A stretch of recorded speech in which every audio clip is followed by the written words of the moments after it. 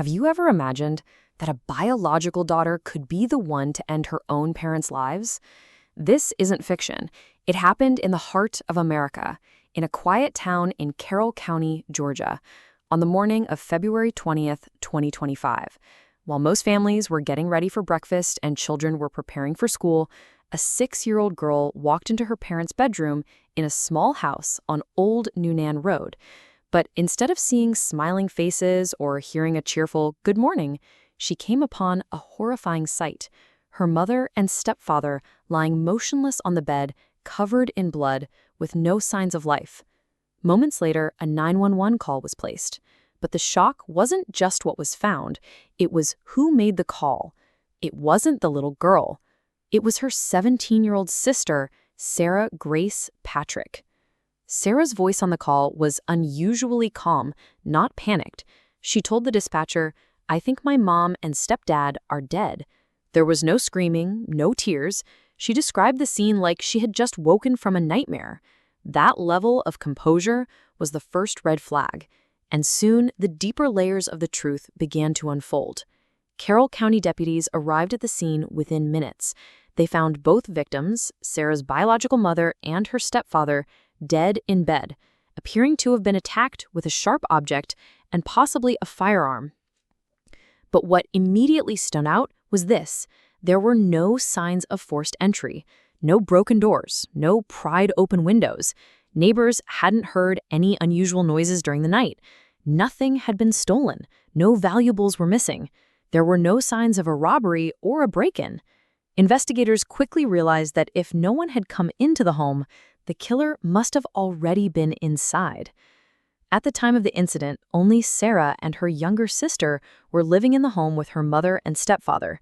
The 6-year-old clearly couldn't have committed the crime. That left Sarah, the only person old enough, strong enough, and present at the scene. But accusing a 17-year-old girl of killing both of her parental figures required solid evidence, so the investigation began in earnest. Police collected surveillance footage from the neighborhood.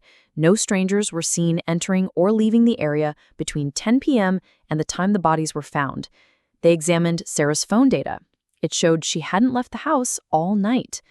During the crime scene processing, officers noticed dried blood on Sarah's hands and a few minor scratches. She claimed she'd touched the bodies while checking if her mother was still alive, but her account didn't match what her little sister told investigators. According to the child, Sarah hadn't been in the room when she discovered the bodies. She said she was the one who screamed and ran to get her sister. Investigators then found the murder weapons in a trash bin behind the house: a bloody knife and a small handgun. Lab tests confirmed the blood matched the victims. Most telling of all, Sarah's fingerprints were found on both weapons, not just a single print, clear, firm gripping patterns, as if she had actively used them. Forensics confirmed the victims likely died around 3 a.m., a time when Sarah was confirmed to be at home. Her phone showed no outgoing messages or calls. There was no evidence she contacted anyone or had an accomplice. She hadn't left the house. No one else had entered. Police then started looking into Sarah's mental state. According to friends, she had shown signs of emotional distress. She often posted dark or negative thoughts online, suggesting she felt trapped. One close friend recalled Sarah saying, "I wish I could disappear from this house forever," but no one had taken it seriously. Some said her mother was very strict, enforcing rigid rules, while her stepfather was cold and quick to criticize. Yet even with those challenges, nothing seemed to suggest she was capable of murder. Sarah attended the funeral of her mother and stepfather. She wore a black dress, her hair down, cried in front of the crowd, and held her little sister tightly. Images of her mourning circulated widely on social media, drawing sympathy. But behind the scenes, investigators were ready. Just after the service, Sarah Grace Patrick was arrested and formally charged with 2 counts of first-degree murder. She was taken in for questioning, but didn't say a word. She didn't deny it. She didn't confess. She remained silent. That silence, combined with the overwhelming evidence, sent chills through the room. The community was stunned. A 17-year-old girl, polite, well-behaved, high-achieving, was now facing the most serious of charges: accused of ending the lives of the two people who raised her. Whether it was depression, deep-seated trauma, or a burst of uncontrollable rage, two people were dead, a family had been destroyed, and a 6-year-old child would now grow up knowing her own sister was the one who shattered their world. After her arrest, Sarah Grace Patrick was initially held at a juvenile detention center in Carroll County. However, the district attorney quickly filed a motion to try her as an adult. The reasoning was clear. The brutality of the act, the apparent planning, and the calm demeanor Sarah displayed afterward were not characteristics of a spontaneous crime. This was, in the prosecution's view, a calculated decision. Prosecutors moved swiftly to build their case. They collected Sarah's personal journals, recovered deleted texts from her phone, and analyzed previously removed social media posts. Among her files was a hand-drawn image of a bleeding woman lying in bed, with a chilling caption, "One day it will be quiet." In one journal entry found on her computer, Sarah had written, "I don't belong to them. I'm just a shadow in this house. Every morning I wake up, it's a battle." Meanwhile, Sarah's defense attorneys began constructing an argument centered around her psychological condition. They requested a full psychiatric evaluation. Records from school counselors and her family doctor indicated that Sarah had undergone grief counseling at age 15 after the sudden death of her grandfather, whom she was very close to. However, there were no diagnoses of any serious mental illness. She had no history of drug use, no criminal record, and had never shown violent tendencies at school. What troubled investigators was how ordinary the family appeared to outsiders. Neighbors described them as quiet and stable, until police started digging deeper. One neighbor, who lived in the unit next door, revealed they had heard raised voices at night, usually the stepfather yelling. He recalled he'd call her worthless, a burden. Then it would go completely silent, like nothing had ever happened. A former teacher remembered Sarah as a quiet student, rarely socializing but consistently performing well. She was known to have a talent for creative writing and had even won a small literary award at her school. She wasn't known to rebel or act out, but classmates noted that Sarah often wrote stories about children trapped in dark castles by overbearing mothers and who had to kill the dragon to escape. At the time, those seemed like imaginative metaphors. Now they painted a far darker picture. Police continued to examine what might have driven her to commit such a crime. Internet history on Sarah's devices showed disturbing search terms, like how to kill someone quietly, can you get caught attacking someone in their sleep, and do minors get the death penalty for murder? These searches were made within 3 weeks of the murders. Prosecutors also considered filing additional charges, tampering with evidence and endangering a child, because Sarah not only committed the murders, but left her 6-year-old sister to discover the scene alone. According to psychologists, this exposure could cause lasting trauma. Her actions, they argued, demonstrated a chilling lack of empathy. At a preliminary hearing shortly after her arrest, Sarah only raised her eyes when asked to state her name. She confirmed her identity in a soft, emotionless voice.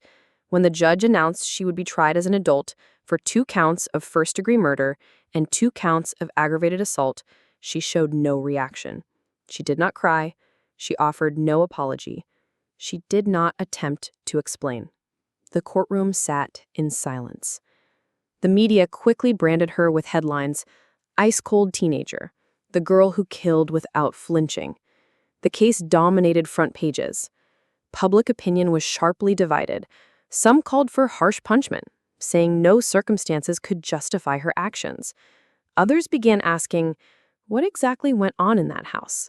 Was Sarah truly cold-blooded? Or was she the silent product of a toxic family system, unheard, unseen, until she broke? Criminal psychologists weighed in. One assessment suggested Sarah may have suffered from complex trauma caused by long-term emotional control and suppression, a phenomenon seen in some extreme family environments. But this was not an official diagnosis, and even if it were, could it ever justify taking 2 lives? That question remained open. As the case moved toward trial, Sarah's defense team unexpectedly requested a private hearing to propose a plea agreement. They stated that Sarah was willing to accept a life sentence in exchange for avoiding the possibility of life without parole or the death penalty. The district attorney had yet to respond, but negotiations were underway. People across Georgia followed the case closely. On social media, thousands commented, many expressing heartbreak over the little girl who had witnessed it all. A child who, in a single morning, lost her entire family, who would now grow up with the burden of knowing her only sister was the one that tore it all apart. The case of Sarah Grace Patrick entered its most sensitive phase as attorneys on both sides began discussing whether the matter would proceed to a full criminal trial. All the key evidence had already been compiled: fingerprints, phone data, forensic reports, witness statements, and personal writings extracted from Sarah's phone and laptop. There was little room left for doubt. But justice isn't just about establishing what happened. It's about how we choose to respond when faced with a tragedy like this. Although the trial had not yet begun, Sarah had already been officially charged as an adult and now faced the possibility of life imprisonment without parole. Debates over possible leniency continued, but to date, the prosecution showed no sign of compromise. Sarah's prolonged silence, both during interrogation and in court, only fueled public outrage and deepened suspicions about her true motives. Yet amid the public anger, more and more people began asking a different question. Could this tragedy have been prevented? A teenage girl, raised in a tightly controlled household, cut off from meaningful social connections, may have been silently pushed to a breaking point. No one in her family saw it. Her school didn't intervene. Her community assumed everything was fine. No one imagined that a seemingly well-behaved, intelligent girl could carry out such a horrific act. But perhaps that image of quiet perfection was only a mask hiding deep psychological cracks. The issue may not have been a sudden outburst of violence, but years of loneliness. Sarah once wrote, "I scream in my head all day, but no one hears me." That sentence, pulled from her journal, was widely shared in the media and sparked nationwide discussion. It wasn't just the voice of an accused killer. It was a warning about what can happen when children suffer in silence. While awaiting trial, Sarah's 6-year-old sister was placed in the care of their maternal grandparents. The child is now receiving trauma-focused therapy through professional programs in Georgia. Still, the scars may never fully heal. As she grows up, she'll eventually have to face the truth. The only surviving member of her immediate family, the sister she once looked up to, was the one who tore their world apart. Not only did she lose her parents, but her sense of security was shattered forever. To many observers, the case of Sarah Grace Patrick has become more than just a criminal proceeding. It's a wake-up call about how society handles teenage mental health and family dynamics. This isn't just about legal consequences. It's about prevention. Prevention that begins at home, in classrooms, and within the communities we build. When a child no longer feels seen or heard, when isolation replaces connection, when emotions go ignored for too long, sometimes the weapon is not the knife or the gun, but the silence that preceded them. As of mid-July 2025, Sarah remains in juvenile detention in Carroll County. She's expected to be transferred to an adult correctional facility once she turns 18. Her full trial is scheduled for later this year. No final sentence has been delivered. But for many, the case has already handed down a different kind of verdict, a sobering reflection on the breakdown of communication between parents and children. If you believe this story is worth reflecting on, please share this video with parents, caregivers, and anyone raising a teenager. Sometimes a simple question like, "Are you okay today?" if asked often enough, can make the difference between healing and heartbreak. And if you'd like to continue following real-life cases that make us stop and think, cases that show how fragile life can be when we stop listening, please like, comment, and subscribe to the channel. Because understanding a crime doesn't just help us avoid another tragedy, it may help us protect the ones we love before it's too late.